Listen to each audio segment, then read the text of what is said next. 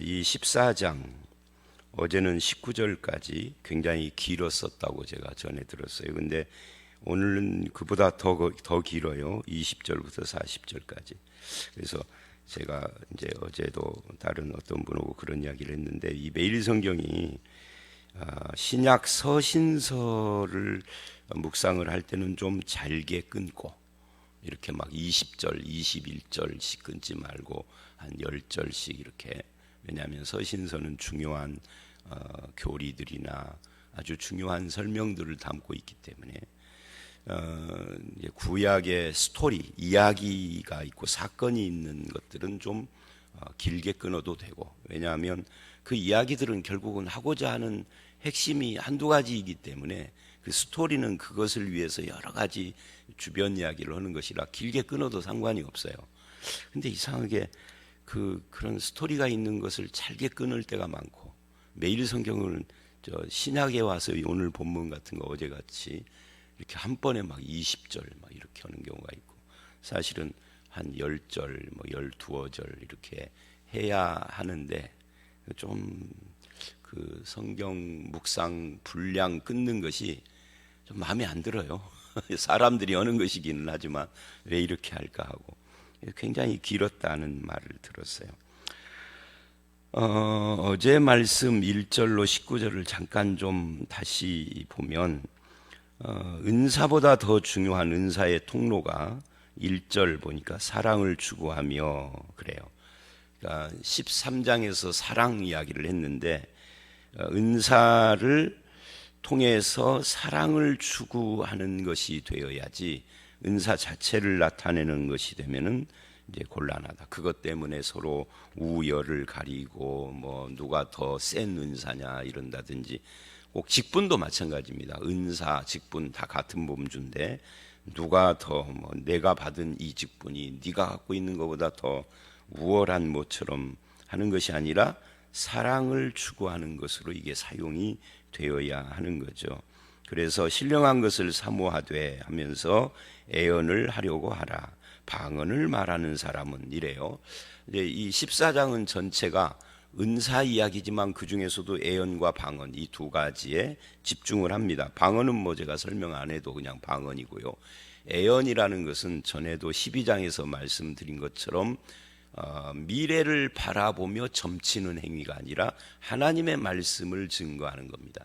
근데 요즘 이제 이 성경이 기록이 끝난 완성되어서 이제 신약 성경이라는 것으로 묶어져서 66권 신구약 성경이 완성된 뒤에는 좀 다르지만, 이 고린도전서를 쓰던 이 시대만 해도 아직 성경이 완성되지 않은 때예요. 그래서 이 애언이라는 것이 구약 성경을 설명하고 뭐 이런 것도 있지만 하나님께서 필요한 것을 계시로 주시는 이런 것들을 포함을 합니다. 그래서 이제 계시와 애언 이것이 함께 나오죠. 어쨌든 그 방법이 무엇이든 하나님의 말씀을 전하는 이것이 애언입니다. 그래서 이제 1절로 19절을 보면 방언은 무엇이고 애언은 무엇인가 하는 그 특징들을 이야기를 하는데, 방언은 사람에게 말하지 않고 하나님께 말하는 것이다. 그래서 알아듣는 사람이 없다. 방언이란. 그래서 통역이 필요하다는 거죠. 근데 애언하는 자들은 사람에게 말하는 것이다. 하나님의 말씀을 하나님께 하는 건 아니죠. 설교는 누구에게 해요? 하나님께 하는 것이 아니라 사람에게 하는 거죠. 그래서 이건 덕을 세우는 것이다. 그래서 이제 방언과 애언을 이야기를 할 때 덕이라는 것이 중요한 핵심이 되어지죠.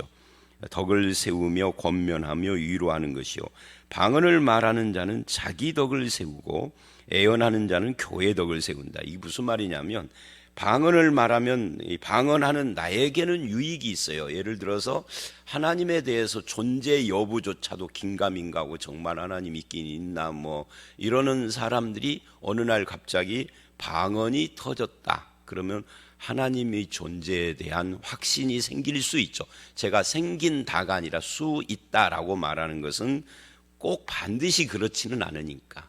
방언을 하고 뭐 은사를 뭐 드러내고 했던 사람도 신앙이 없어 떠나는 사람도 있어요. 저는 직접 그런 사람도 봤고, 심지어 뭐 그 중에는 무당된 사람도 있어요. 제가 아는 사람 중에는. 그러니까 그것이 반드시는 아니지만 그러나 그런 어떤 효과가 있다 하는 거죠. 그래서 방언은 자기의 덕을 세우는 것이다. 그런데 애언은 교회의 덕을 세운다. 하나님의 말씀을 증거하니까 교회의 덕을 세우는 것이다 하는 이야기죠. 그게 3절까지 이야기예요. 4절까지. 그래서 5절, 나는 너희가 방언 말하기를 원하지만 애언을 하기를 원한다. 특별히. 그러니까 방언보다 애언을 더 권면한다 하는 이야기죠. 방언은 말하는 자는 통역을 세워야 한다. 통역이 없으면 덕을 세우지 못한다. 그러니까 방언은 반드시 통역이 있어야 돼요. 그 어떤 사람은 그래서 통역의 은사도 주세요 해서 받았다 이렇게 말을 하는데, 뭐 주세요 하면 주는 것이 아니고 하나님께서 은사는 우리가 12장에서 대원칙 이야기했잖아요. 성령께서 그 뜻대로 나눠주시고 하나님께서 하시는 것이라 내가 달라 한다 해서 주는 것도 아니고 연습해서 방언을 연습해서 받았다, 또는 방언을 어떤 사람이 기도해서 받았다, 뭐 무슨 그렇게 하는 것은 방언이 아닐 가능성이 농후해요. 가짜일 가능성이 많습니다. 그럼 어디서 온 거냐? 모르죠. 어디서 온 건지는 모르지만 하나님께로부터 온 것이 아닐 수 있다 하는 거죠. 그것도 있다 그랬어요. 아니다라고가 아니라 그럴 수 있다 하는 걸 조심해야 됩니다. 그건 성경의 원칙하고 다르면 조심해야 돼요.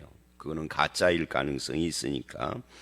이제 그런 이야기들을 쭉 하고, 그런즉 형제들아, 내가 너희에게 나가서 방언으로 말하고 계시나 지식이나 예언이나 가르치는 거, 이거 보세요. 계시, 지식, 예언, 가르침, 공통점이 뭐죠? 하나님의 말씀으로 누군가에게 가르치고 양육하는 것을 말하는 겁니다. 그러니까 말씀을 가르치는 것 안 하고 방언을 말하면 너희에게 무슨 유익이 있겠느냐? 내가 바울이 피리나 검은고나 생명 없는 것이 소리를 낼 때 그 음의 분별을 내지 않으면 이게 피리인지 검은고인지 나팔인지 소리의 차이가 없다면은 구분이 안 되는 것처럼 방언도 그런 거다. 듣는 사람이 지금 뭔 말인지를 못 알아들으면 방언이 아무 유익이 없다. 어디에? 교회에. 자기에게는 유익이 있을지 모르지만 이제 이 부분도 뒤에 또 다른 말을 해요. 이와 같이 너희도 혀로서 듣기 쉬운 말을 해라.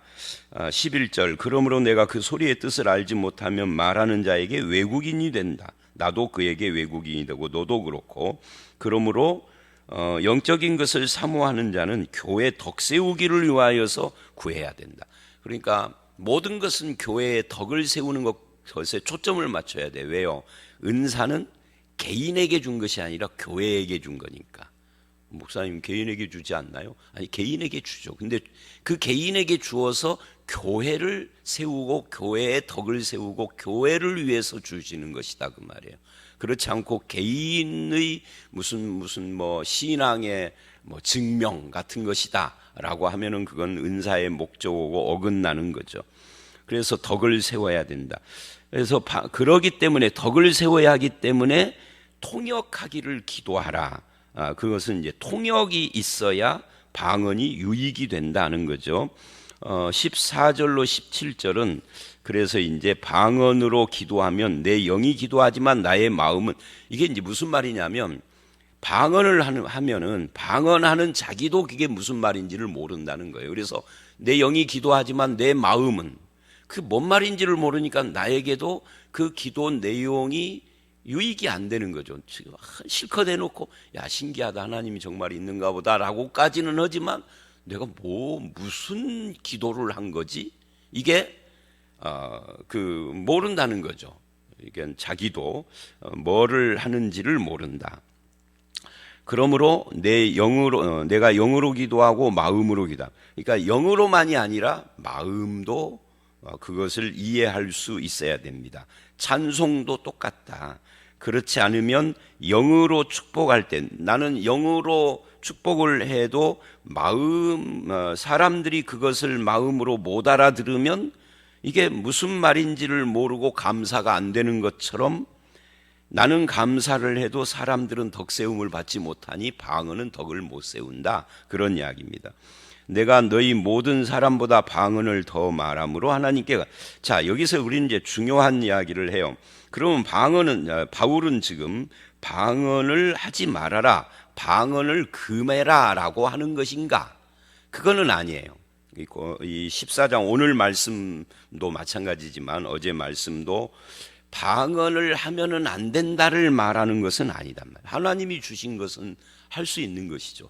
방언을 주면은 그 하나님께로부터 온 것이 분명하다면, 다만 조건이 내가 누구에게 배우고 연습하고 해서 한 것 말고 그건 가짜니까 하나님이 주신 것. 어떤 분이 저한테 질문이 왔어요. 어느 날 자기가 교회에서 예배한 것도 아니고 혼자 기도를 하는데 방언이 터졌대. 그런 것이야. 하나님께로 온 것이 분명하다면 인정을 해야죠. 지금도 물론 이 방언 은사 중지론자들이 있기는 있습니다. 근데 저는 그렇게 생각은 안 해요. 하나님이 하시면은 다 할 수 있는 것이지 오늘날은 은사가 중지됐다 이런 것은 성경적으로도 지지받기가 어려워요. 신학적인 이야기인데, 그래서 이 본문은 바울이 자기도 방언을 한다는 이야기를 해요. 그러나 방언을 하라고 권면을 안 하는 거죠. 그러나 그래요. 19절, 교회에서 네가 남을 가르치기 위하여 깨달은 마음 5마디를 말하는 것이 1만 마디 방언보다 낫다. 그러니까 방언을 하는 걸 금하지는 않으나 그거보다 깨달은 마음 5마디. 뭘 깨달았다는 거예요? 하나님의 말씀을 말하는 거죠. 하나님의 말씀 깨달은 거 5마디가 1만 마디 방언보다 더 좋다라고 어제 말씀을 결론을 내렸으니까 결국은 금하지는 않으나 권면하는 것은 방언이 아니라 애언이죠. 하나님의 말씀이다 하는 이야기입니다. 그리고 오늘 말씀으로 들어왔어요. 오늘 말씀 20절로 25절 여기 보니까 방언과 애언의 대상을 이야기를 합니다. 21절은 구약 성경 이야기예요. 기록된 바 주께서 이르시되 내가 다른 방언을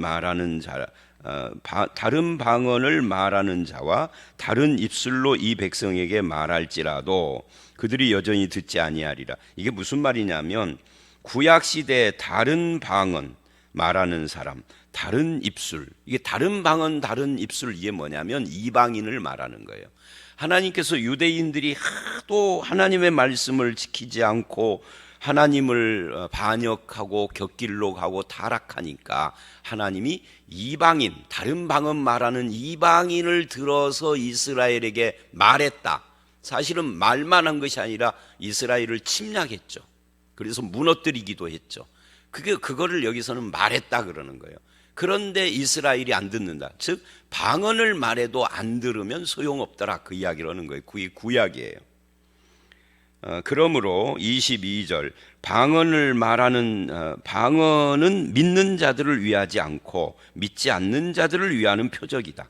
즉 무슨 말이냐면 하나님께서 이방인이라는 방언을 통해서 이스라엘에게 말을 했을 때 이스라엘이 잘 믿는 사람이라면 방언으로 말할 필요가 없었다는 거죠. 안 믿으니까 방언으로 말을 했다.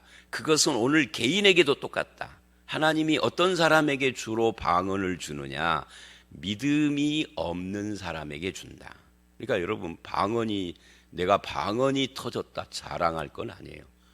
하나님께서 보시기에 믿음 없으니까 믿음 주려고 방언 주신 거죠. 그래서 아까 처음에 말했잖아요. 방언이 나에게 유익인 것이 딱 한 가지가 있다면 믿음 없는 사람이 하나님이 정말 계시나? 이렇게까지 한다는 거죠. 이렇게까지는.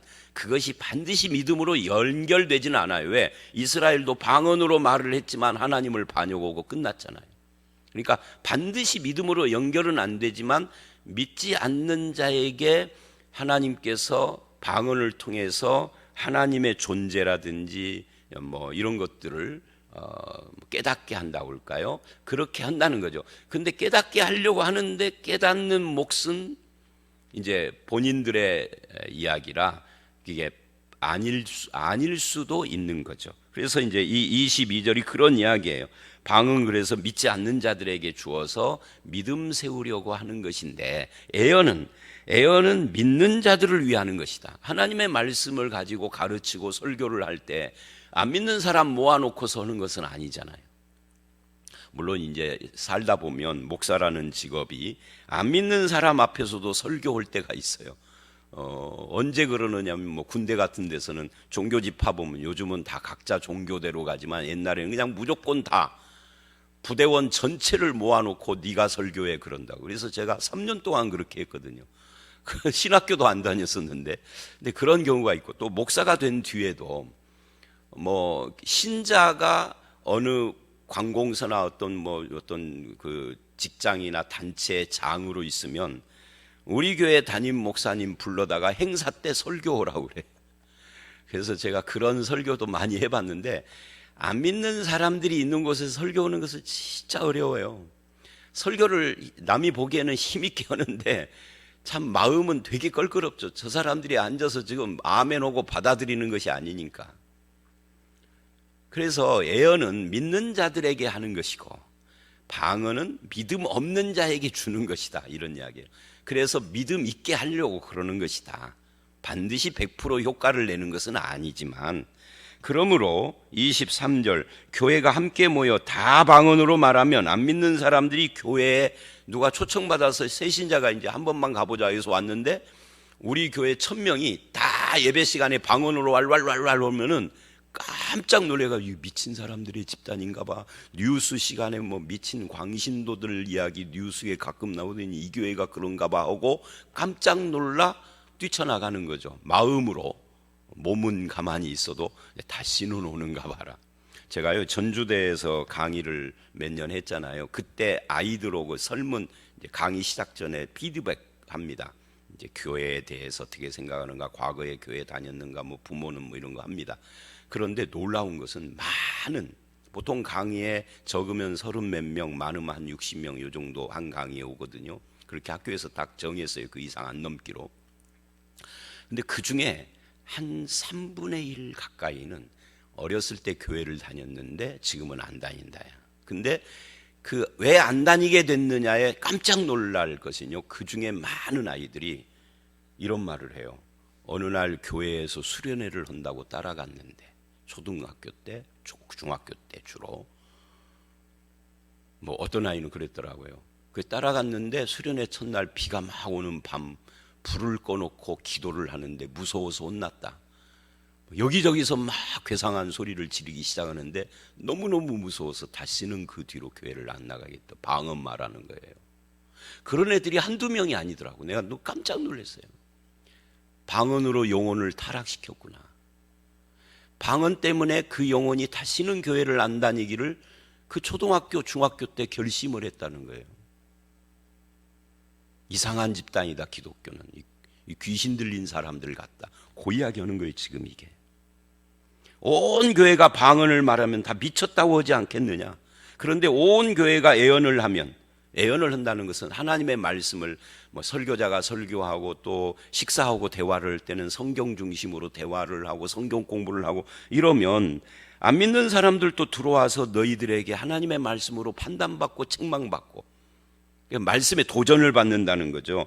그래서 내 속에 숨은 일, 내가 하나님 앞에서 정말 잘못 살았는가 봐, 하나님이 정말 있는가 봐, 심판받을지도 몰라, 뭐 이런 도전을 받고 하나님을 경배하게 되어지며 너희 가운데 하나님 계신다고 하지 않겠느냐. 그러니까 방언과 예언은 그 영향이 다르다는 이야기예요. 이 이야기가 지금, 여러분 그렇죠? 이 본문이 그런 이야기를 지금 하는 겁니다. 그래서 28절, 26절서부터 또 어떤 이야기를 하느냐면 이런 말을 해요. 33절까지. 그러면 우리는 어떻게 해야 되느냐? 자, 이래요. 너희가 모일 때 찬송시도 있고 가르치는 말씀도 있고 계시도 있고 방언도 있고 통역도 있나니. 그러니까 우리가 모일 때는 다양한 것이, 초대교회 때는 오늘날의 예배에는 무슨 뭐 예배 때 방언을 하고 예배 때 뭐 이런 것들이 있는 건 아니고 그냥 예배는 찬송 그리고 말씀, 기도 이렇게 쫙 하지만 초대교회 때는 예배의 순서가 명확하게 딱 정해져서 진행되는 것이 아니었어요. 그래서 이제 자유롭게 방언도 하고 뭐 말씀도 하고 찬송도 하고 말씀도 계시도는 거 비슷한 이야기죠. 이렇게 하는데 예배의 모든 것을 덕을 세우기 위해서 해야 된다라고 하는 원칙을 또다시 강조를 했어요. 이 덕을 세운다는 이것이 무너지면은 안 되는 거죠. 왜 이런 말을 하느냐 하면 고린도 교회에는 무질서가 있었어요. 그 무질서의 중심에 누가 있느냐 하면 나중에 이제 여자 이야기가 나오는데, 여자들 34절에 여자는 교회에서 잠잠하라 한 이야기가 이게 예배의 무질서 때문에 그랬다는 거죠. 그러니까 여자들이 막 방언한다고 막 소리를 지르고, 뭐 어떤 여자들은 또 자기가 하나님의 말씀 증거한다고, 하나님의 계시가 나에게 임했다고 막 예배 시간에 그러고하는 이런 그 무질서 때문에 덕 이야기를 계속하는 겁니다. 덕을 세우기 위해서 해야 한다. 어떻게 덕을 세우느냐? 자, 일단 첫 번째 방언입니다. 나중에 뒤에는 이제 예언도 나오고요. 자, 방언을 하려면 어떻게 해야 되느냐? 두 사람이나 많아야 세 사람이 해야 한다, 방언은. 자, 이 말씀, 제가 이 12장을 때 이 말씀했죠. 한국교회는, 저는 왜 한국교회 하느냐, 미국 교회를 안 가봐서 모르니까.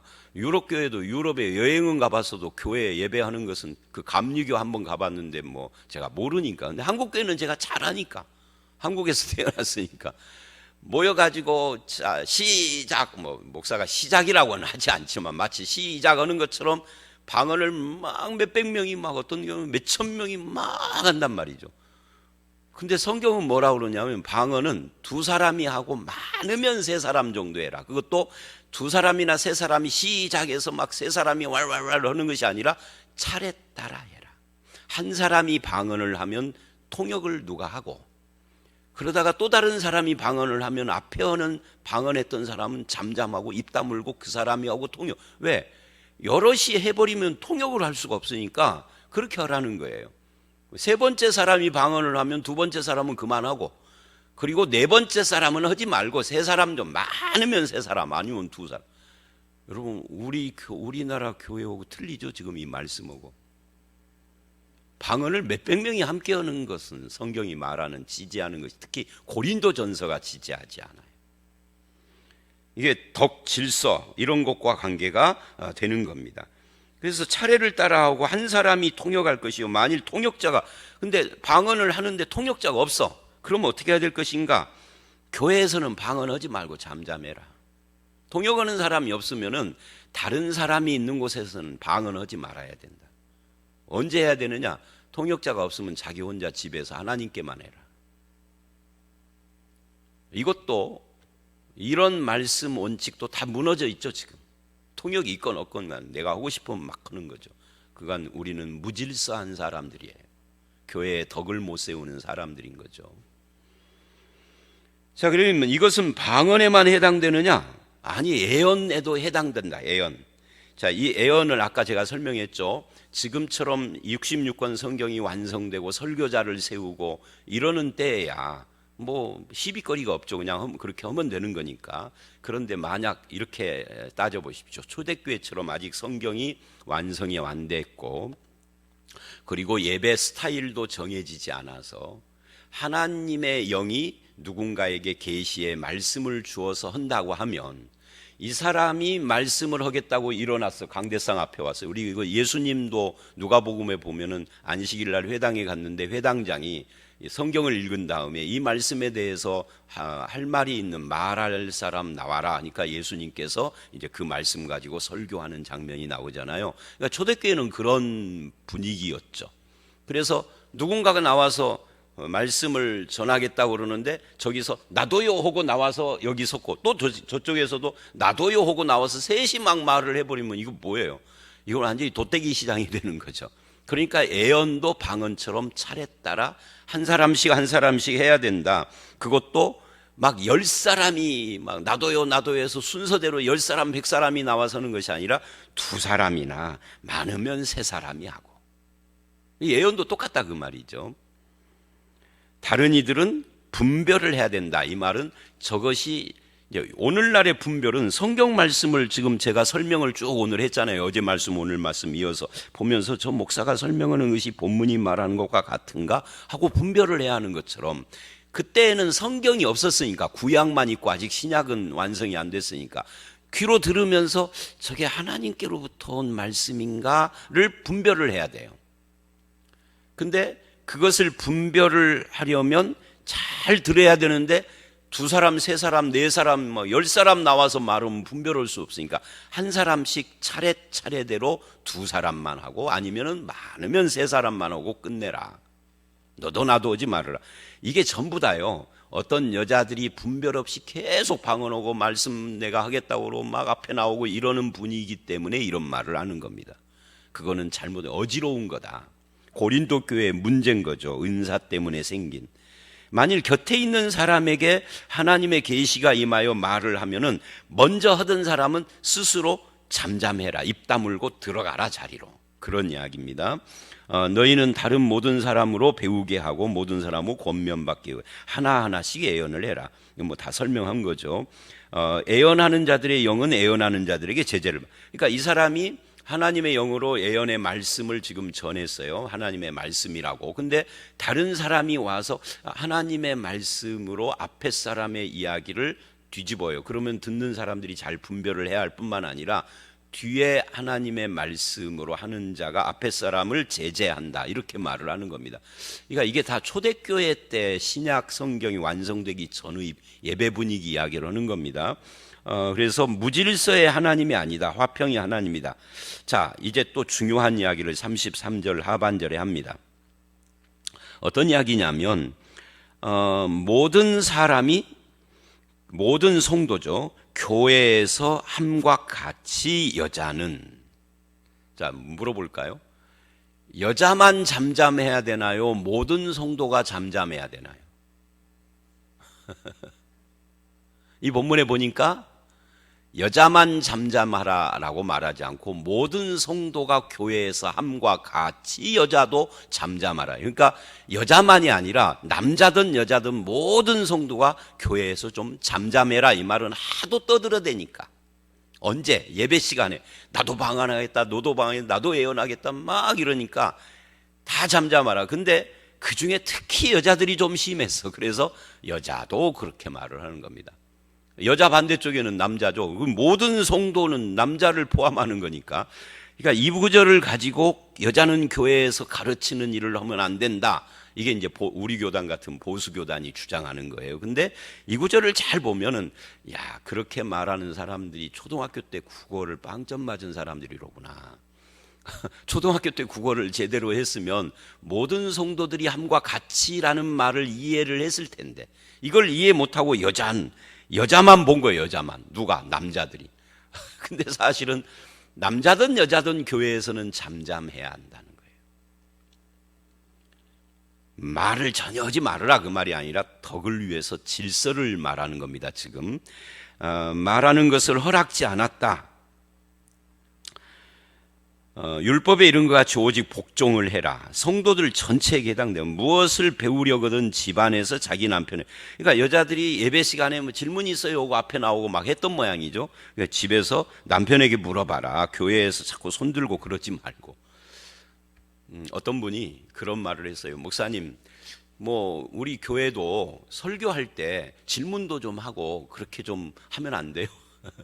그래서 한번 하면 좋죠. 질문 받을 용의는 있지만 그러면 적어도 예배 시간이 2시간 반 정도는 해야 할 겁니다. 그러면 누가 그때까지 기다리고 있을까요? 그렇게 제가 답변을 했어요. 그렇잖아요. 자, 내가 설교를 요즘 뭐 40분, 45분 하는데 질문을 받기 위해서 30분짜리로 질문했다고 합시다. 한 사람이 질문하는데 5분, 답변하는데 한 10분. 답변이 더 길 수밖에 없으니까 한 두세 사람이 하면은 그러면 어떻게 돼요? 한 세 사람이 하면은 그러면 한 45분, 기존 설교 분량 30분. 그러면 2시간 이상 해야 예배가 되는 거예요. 그러니까 그분은 그런 걸 생각 않고 그냥 질문을 하신 거죠. 그래서 제가 그렇게 대답을 했더니 이제 더 말씀을 안 하시는데, 그러니까 우리가 항상 한 가지만 생각하면 안 됩니다. 교회 전체를 보고 넓게 보고 해야 하는데 사람들은 그렇게 안 해요. 자기가 꽂힌 이야기만 하는 거죠.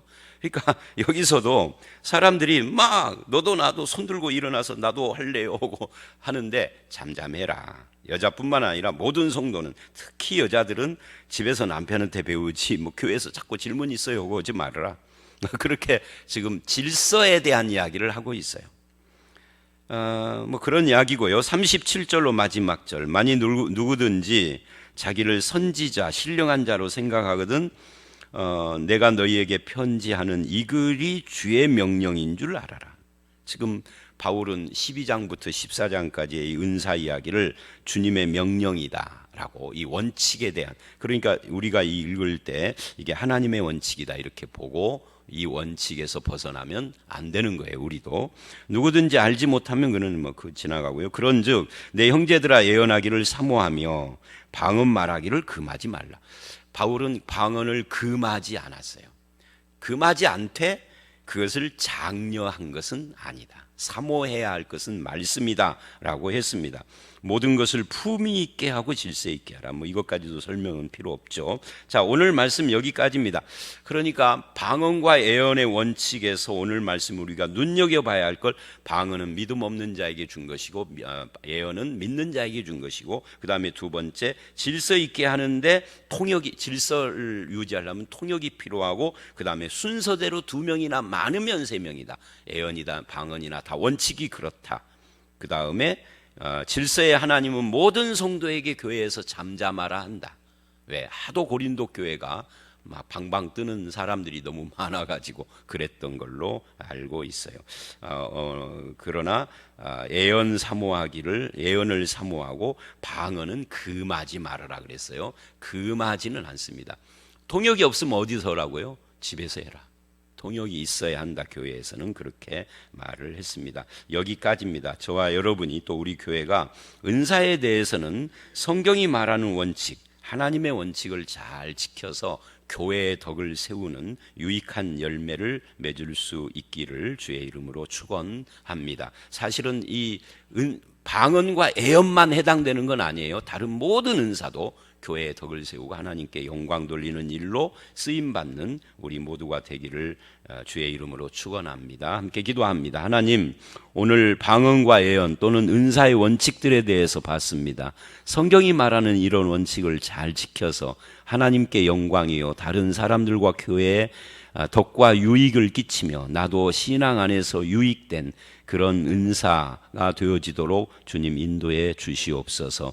방언을 금하지 않고 예언을 권면했던 그 바울의 마음과 그 심정을 이해하고 우리도 교회를 잘 세워가는 그런 성도가 되게 하여 주시기를 원하옵고 예수님 이름으로 기도드려 싸움나이다. 아멘.